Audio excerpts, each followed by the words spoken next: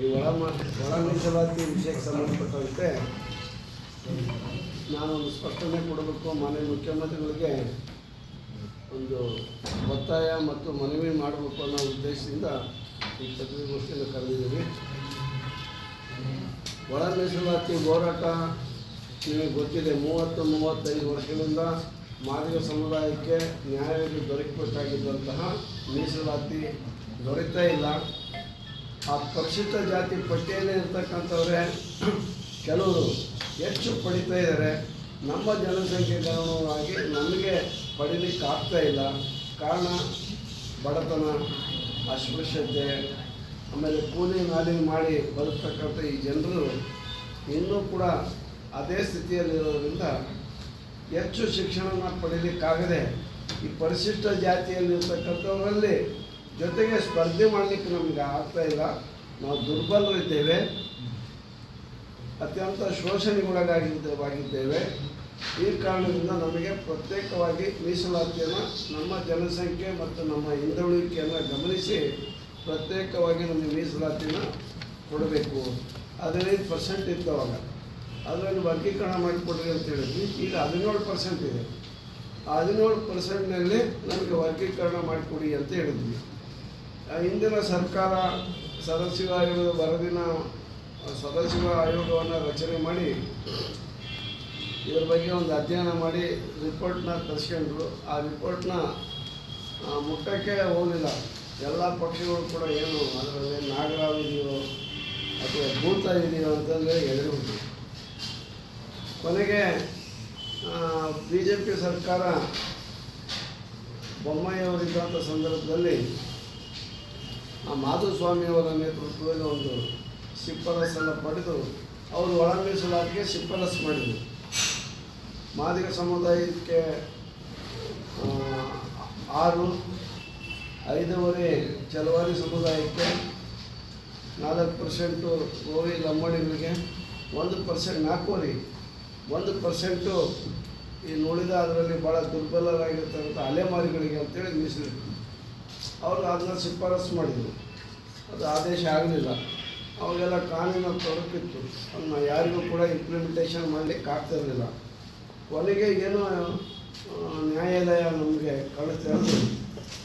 ನ್ಯಾಯಾಲಯದಲ್ಲಿ ನಾವು ಸಮರ್ಥವಾಗಿ ನಮಗೆ ಆಗಿರ್ತಕ್ಕಂಥ ಅನ್ಯಾಯ ಮತ್ತು ನಾವು ಮೀಸಲಾತಿ ಪಡೆಯುವುದರಲ್ಲಿ ವಿಫಲರಾಗಿರೋದನ್ನು ನ್ಯಾಯಾಲಯಕ್ಕೆ ಮನವರಿಕೆ ಮಾಡಿದ್ರಿಂದ ಆಗಸ್ಟ್ 1ನೇ ತಾರೀಕು ಸುಪ್ರೀಂ ಕೋರ್ಟು ಒಂದು ಐತಿಹಾಸಿಕ ತೀರ್ಪನ್ನು ನೀಡುವುದರ ಮೂಲಕ ಒಳ ಮೀಸಲಾತಿ ವರ್ಗೀಕರಣಕ್ಕೆ ಯಾವುದೇ ಅಡ್ಡಿ ಆತಂಕ ಇಲ್ಲ. ಆಯಾ ರಾಜ್ಯ ಸರ್ಕಾರಗಳು ಮಾಡಬಹುದು, ಅವ್ರಿಗೆ ಅಧಿಕಾರ ಇದೆ ಎಂಬತಕ್ಕಂಥ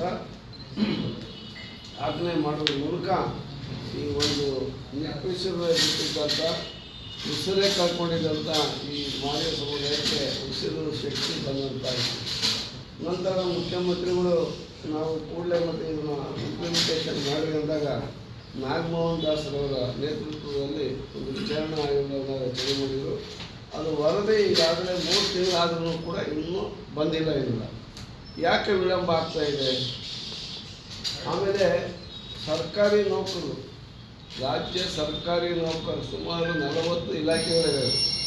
ಆ ಎಲ್ಲ ಇಲಾಖೆಗಳಲ್ಲೂ ಎಷ್ಟು ಜನ ಪರಿಶಿಷ್ಟ ಜಾತಿಗೆ ಸೇರಿದವರಿದ್ದಾರೆ, ಯಾವ್ಯಾವ ಜಾತಿಗೆ ಸೇರಿದ ನೌಕರರಿದ್ದಾರೆ ಎಂಬತಕ್ಕಂಥ ಅಂಕಿ ಅಂಶಗಳನ್ನು ಕೇಳಿದರೆ ಇಲ್ಲಿವರೆಗೂ ಕೂಡ ಇಲಾಖೆಗಳು ಆ ಆಯೋಗಕ್ಕೆ ತಲುಪಿಸಿಲ್ಲ ಅಂತಕ್ಕಂತಹ. ಅಂದರೆ ಕೆಲವು ಅಧಿಕಾರಿಗಳು ಕೂಡ ಸಹಕರಿಸ್ತಾ ಇಲ್ಲ ಅವರಿಗೆ. ಎಷ್ಟು ದಿನ ಬೇಕಪ್ಪ ಒಂದು ಇಲಾಖೆಯಲ್ಲಿ ಯಾವ್ಯಾವ ಜಾತಿಯವರು, ಚಲವಾದಿಯರು ಎಷ್ಟು ಜನ ಇದ್ದಾರೆ, ಮಾದಿಗರು ಎಷ್ಟು ಜನ ಇದ್ದಾರೆ, ಬೋಯಿಗಳು ಎಷ್ಟು ಜನ ಇದ್ದಾರೆ, ಆಮೇಲೆ ಲಂಬಾಣಿಸ್ ಎಷ್ಟು ಜನ ಇದ್ದಾರೆ, ಉಳಿದ ಯಾವ್ಯಾವ ಜಾತಿಯವರು ಎಷ್ಟು ಜನ ಇದ್ದಾರೆ ಅನ್ನೋದನ್ನ ಹೇಳ್ಬೇಕು.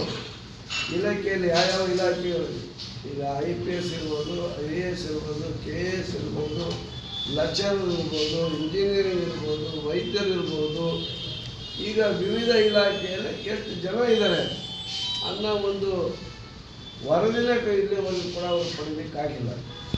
ಆಮೇಲೆ ಇಲ್ಲಿ ಇಂಪಿರಿಕಲ್ ಡಾಟಾ ಅಂತಾರೆ, ಅಂದರೆ ದತ್ತಾಂಶ ಯಾವ್ಯಾವ ಸಮುದಾಯ ಎಷ್ಟೆಷ್ಟಿದೆ ಅಂತ ನಿಖರವಾಗಿ ನಮಗೆ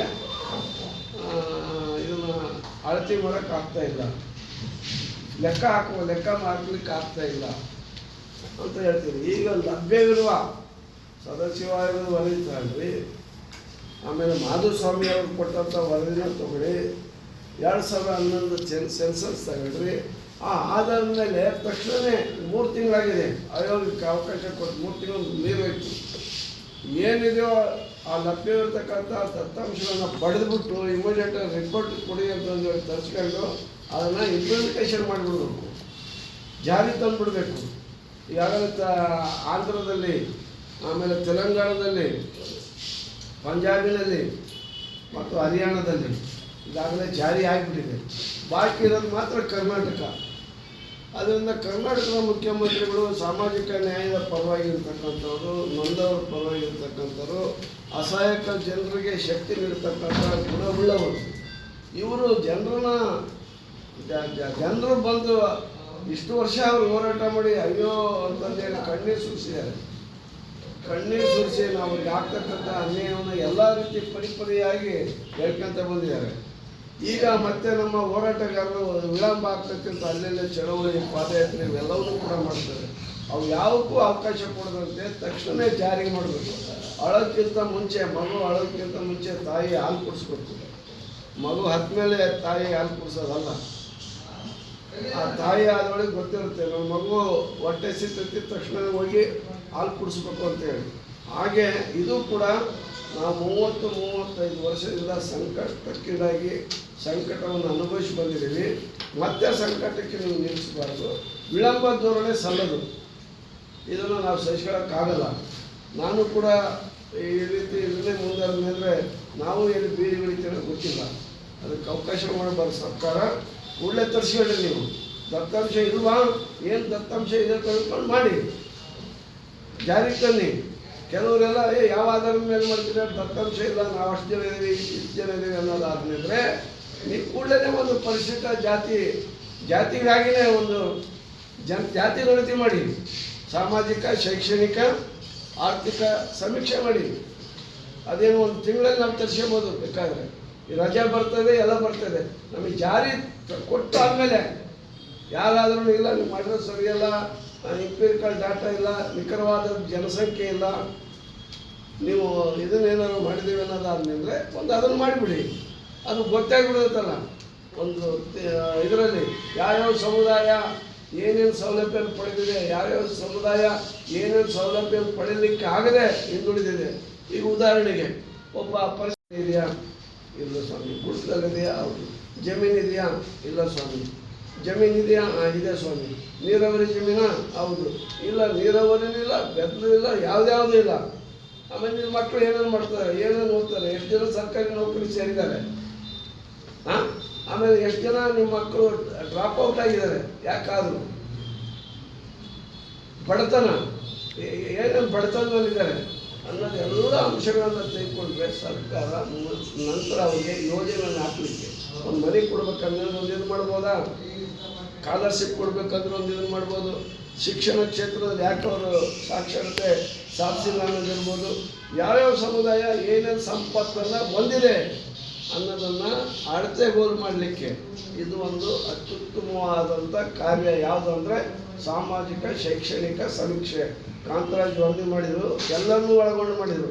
ನಾವು ಹೇಳ್ತದ್ದು ಬರೀ ಪರಿಶಿಷ್ಟ ಜಾತಿಯವ್ರನ್ನ ಒಳಗೊಂಡಂತೆ ಮಾಡಿ. ನೀವು ಅವಾಗೆಲ್ಲ ಗೊತ್ತಾಗತ್ತಲ್ಲ ಯಾವ್ಯಾವ ಇದು ಏನು ಬೇರಾಗಿರೋದು, ಅಸಮಾನತೆ ಆಗಿರೋದು ಇದೆಲ್ಲ ಗೊತ್ತಾಗುತ್ತೆ. ಅದರಿಂದ ಮುಖ್ಯಮಂತ್ರಿಗಳು ವಿಳಂಬ ಮಾಡಬಾರ್ದು. ಕೆಲವು ಶಕ್ತಿಗಳು ಅಡ್ಡಿ ಆತಂಕ ಪಡಿಸಲು ನಮ್ಗೆ ಗೊತ್ತಿದೆ. ಆದರೆ ಅವಕ್ಕೆಲ್ಲ ನೀವು ಬೆದರದೆ ಸಾಮಾಜಿಕ ನ್ಯಾಯವನ್ನು ಎತ್ತಿಡಿತಕ್ಕಂಥ ಮುಖ್ಯಮಂತ್ರಿ ಅಂತಕ್ಕಂಥದ್ದನ್ನು ಇಡೀ ದೇಶಕ್ಕೆ ಗೊತ್ತಿದೆ. ಇದನ್ನು ಒಂದು ದಿಟ್ಟ ನಿರ್ಧಾರ ತೆಗೆದುಕೊಳ್ಳಿ. ಬೇರೆ ರಾಜ್ಯದಲ್ಲೆಲ್ಲ ಮಾಡಿದ್ದಾರೆ, ನಾವು ಮಾಡಿಲ್ಲ ಅಂತಂದು ಹೇಳಿದರೆ ಇದು ನಿಜಕ್ಕೂ ಕೂಡ ಅನ್ಯಾಯ. ಅದರಿಂದ ಈ ಜನರ ತಾಳ್ಮೆ ಕಟ್ಟಿಯನ್ನು ಹೊಡಿಲಿಕ್ಕೆ ಬಿಡಬೇಡಿ. ಈಗಾಗಲೇ ನಾವು ಕಾದು ತಾಳ್ಮೆಯಿಂದ ಇದ್ದು ಸಾಕಾಗಿದೆ. ಅದರಿಂದ ನಾನು ಭಾಳ ವಿನಯದಿಂದ ಮುಖ್ಯಮಂತ್ರಿಗಳು ಮನವಿ ಮಾಡ್ತಾ ಇದ್ದೀನಿ. ನೀವು ಯಾರ ಮಾತನ್ನು ಕೇಳಬಾರ್ದು. ಸುಪ್ರೀಂ ಕೋರ್ಟ್ ಹೇಳಿದೆ, ಮೊದಲಿನಿಂದಲೂ ಕೂಡ ನಾವು ಒಳ ಮೀಸಲಾತಿ ಜಾರಿ ತರ್ತೀವಿ ಅಂತಂದು ಹೇಳ್ಬಿಟ್ಟು ನೀವು ಚುನಾವಣೆ ಪ್ರಣಾಳಿಕೆಯಲ್ಲೇ ಹೇಳಿದ್ದೀರಿ ನಾನು ತರ್ತೀನಿ ಅಂತಂದೇಳಿ. ಯಾವಾಗ ರೀತಿ 4-5 ಗ್ಯಾರಂಟಿಗಳು ಹೇಳಿದ್ದು ಮಾಡಿದ್ರಲ್ಲ, ಇದು ಕೂಡ ಒಂದು ಗ್ಯಾರಂಟಿ ತಾನೇ, ಚುನಾವಣೆ ಪ್ರಣಾಳಿಕೆಯಲ್ಲಿ ಆಗಿರೋದು. ಅವನ್ನೆಲ್ಲ ತಕ್ಷಣ ಜಾರಿಗೆ ತಂದ್ರಿ. ಆದರೆ ಇದು ಸುಪ್ರೀಂ ಕೋರ್ಟ್ ಹೇಳಿದೆ ಇವಾಗ ನಿಮಗೆ ಜಾರಿಗೆ ತರಬಹುದು ಅಂತಂದೇಳಿ. ಅದರಿಂದ ಕೂಡಲೇ ಜಾರಿಗೆ ತರುವಂಥ ಕೆಲಸವನ್ನು ನಮ್ಮ ಮುಖ್ಯಮಂತ್ರಿ ಸಿದ್ದರಾಮಯ್ಯವರು ಮಾಡ್ತಾರೆ ಅಂತಕ್ಕಂಥ ವಿಶ್ವಾಸ ಇದೆ. ಈ ಕಾರಣದಿಂದ ನಾನು ಇಲ್ಲಿಂದ ಒಂದು ಪತ್ರಿಕಾಗೋಷ್ಠಿಯನ್ನು ಕರೆದು ನಮ್ಮ ಜನಾಂಗದಲ್ಲಿರ್ತಕ್ಕಂಥ ಆತಂಕ, ಭಯ ಮತ್ತು ವಿಳಂಬ ಧೋರಣೆ ಅವರ ವಿಚಲಿತರಾಗಿದ್ದಾರೆ. ಅದರಿಂದ ಕೂಡಲೇ ಇದನ್ನು ಮಾಡಿ ಅವ್ರಿಗೆ ಉಪಕಾರ ಮಾಡಬೇಕು ಅಂತೇಳಿ ಮೊನ್ನೆ ಮುಖ್ಯಮಂತ್ರಿಗಳಿಗೆ ಒತ್ತಾಯ ಮಾಡಲಿಕ್ಕಾಗಿ ಮನವಿ ಮಾಡಲಿಕ್ಕೋಸ್ಕರ ಇವತ್ತು ಪ್ರೆಸ್ ಮೀಟ್ ಮಾಡಿ ನಾನು ಈ ಮೂಲಕ ಮುಖ್ಯಮಂತ್ರಿಗಳ ಕಾಗದಲ್ಲೂ ಕೂಡ ಬರೀತೀನಿ. ನಾನು ಇವತ್ತು ಈ ವಿಷಯ ತಕ್ಷಣ ಜಾರಿಗೆ ತನ್ನಿ, ನಂತರ ಸರ್ವೆ ಮಾಡಿ, ಅವಾಗೆಲ್ಲ ಗೊತ್ತಾಗ್ಬಿಡುತ್ತೆ.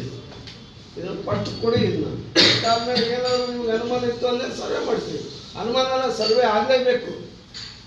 ಒಂದು ಸಾರಿ ಯಾವ್ಯಾವ ಜಾತಿಯವರು ಎಷ್ಟೆಷ್ಟು ಸಂಖ್ಯೆಯಲ್ಲಿದ್ದಾರೆ, ಏನೇನು ಸಂಪತ್ತನ್ನು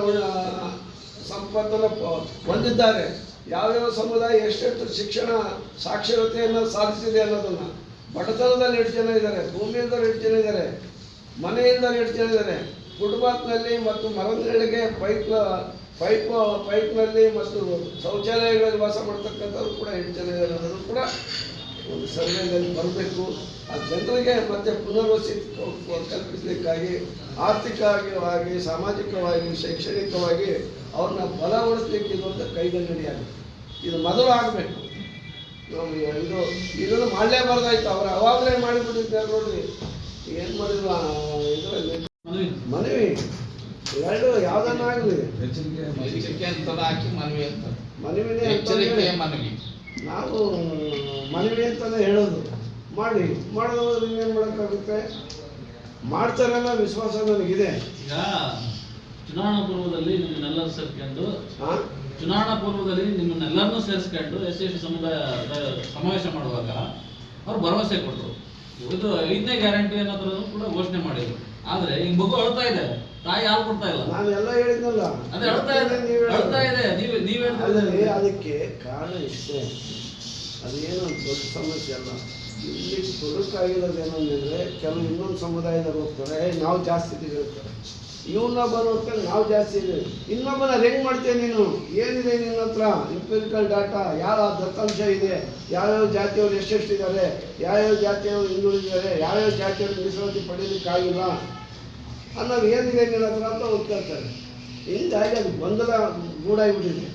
ಈಗ ಇರೋ ದತ್ತಾಂಶನ ತೆಗೆದುಕೊಂಡು ಒಂದು ಆದೇಶ ಮಾಡಿ ಆದಮೇಲೆ ಇದಕ್ಕೆ ಶಾಶ್ವತವಾದಂಥ ಪರಿಹಾರ ಒಂದು ಜಾತಿ ಗಣತಿ ಮಾಡಿಬಿಟ್ರೆ ಆಯಿತು. ಯಾರಾದ್ರು ಎಷ್ಟೆಷ್ಟು ಜನ ಇದ್ದಾರೆ, ಏನೇನು ಹಿಂದುಳಿದಿದ್ದಾರೆ, ಎಷ್ಟೆಷ್ಟು ಸಾಕ್ಷರತೆ ಸಾಧಿಸಿದ್ದಾರೆ, ಎಷ್ಟೆಷ್ಟು ಉದ್ಯೋಗವನ್ನು ಪಡೆದಿದ್ದಾರೆ, ಎಷ್ಟು ಜನ ಮನೆಯನ್ನು ಹೊಂದಿದ್ದಾರೆ, ಎಷ್ಟು ಜನ ಮನೆ ಇಲ್ಲ, ಎಷ್ಟು ಜನ ಜಮೀನು ಹೊಂದಿದ್ದಾರೆ, ಎಷ್ಟು ಜನ ಜಮೀನು ಹೊಂದಿಲ್ಲ, ಎಷ್ಟು ಮನೆಗಳಲ್ಲಿ AC ಇದೆ, ಎಷ್ಟು ಮನೆಗಳಲ್ಲಿ ಸೋಫಾ ಇದೆ, ಎಷ್ಟು ಜನ ಮನೆಗಳಲ್ಲಿ TV ಇದೆ, ಎಷ್ಟು ಮನೆಗಳಲ್ಲಿ ದನ, ಕರು, ಹಸು, ಮೇಕೆ, ನಾಯಿ ಏನೇನಲ್ಲ ಅಂತ ಎಲ್ಲ ಪ್ರಾಣಿಗಳನ್ನು ಇದು ಮಾಡಬೇಕು. ಇವೆಲ್ಲ ಒಳಗೊಂಡು ಒಂದು ಸಮೀಕ್ಷೆ ಆಗಬೇಕಂದ್ರೆ ಇದು ಶಾಶ್ವತವಾಗಿ ಇದ್ಬಿಡ್ತದೆ. ಯಾರು ಪ್ರಶ್ನೆ ಮಾಡೋಕ್ಕೆ, ಯಾವ ನ್ಯಾಯಾಲಯದಲ್ಲೂ ಪ್ರಶ್ನೆ ಮಾಡೋಕ್ಕಾಗಲ್ಲ. ನ್ಯಾಯಾಲಯನೂ ಕೂಡ ಇದನ್ನು ಸ್ವೀಕಾರ ಮಾಡಬೇಕು. ಆಮೇಲೆ ಇದು ನನ್ನ ಮನೆ ಬರಲಿಲ್ಲ, ಅದು ಬರಲಿಲ್ಲ ಅಲ್ಲ. ಈಗೇನಲ್ಲ, ಹೊಸ ಸಿಸ್ಟಮ್. ಯಾರು ಮಾಡಿದಾರೋ ಅವ್ನು ರೆಡ್ಲಿ ಆಗ್ತಾರೆ, ಅವನು ಹೋಗಿ ನೋಡ್ಬೋದು ಬೇಕಾದ್ರೆ. ಈ ವೋಟರ್ ಲಿಸ್ಟ್ ಮಾಡ್ತೀವಲ್ಲ, ವೋಟರ್ ಲಿಸ್ಟ್ ಥರ ಎಲ್ಲ ಕ್ರೋಢೀಕರಿಸ್ಕೊಳ್ಳೋದು. ಏನಾರು ಅಬ್ಜೆಕ್ಷನ್ ಇದೆ ನೋಡಿ, ಇಂತಿಂಥವ್ರು ಈ ಊರಲ್ಲಿ ಇಂತಿಂಥ ಜನ ಇದ್ದಾರೆ, ಇಂತಿಂಥವ್ರು ಈ ಶಂಕರ್ ಅಂತಂದರೆ ಇವರಿದ್ದಾರೆ, ತಿಮ್ಮಪ್ಪ, ಬೊಮ್ಮಪ್ಪ ಇವರೆಲ್ಲ ಜಮೀನು ಹೊಂದಿಲ್ಲ ಅಂತ ಎಲ್ಲ ಹೇಳಿದ್ದಾರೆ. ಆಮೇಲೆ ಇಷ್ಟು ಜನಸಂಖ್ಯೆ ಇದೆ, ಅದು ಆಧಾರ್ ಕಾರ್ಡ್ ಲಿಂಕ್ ಮಾಡಬೇಕು.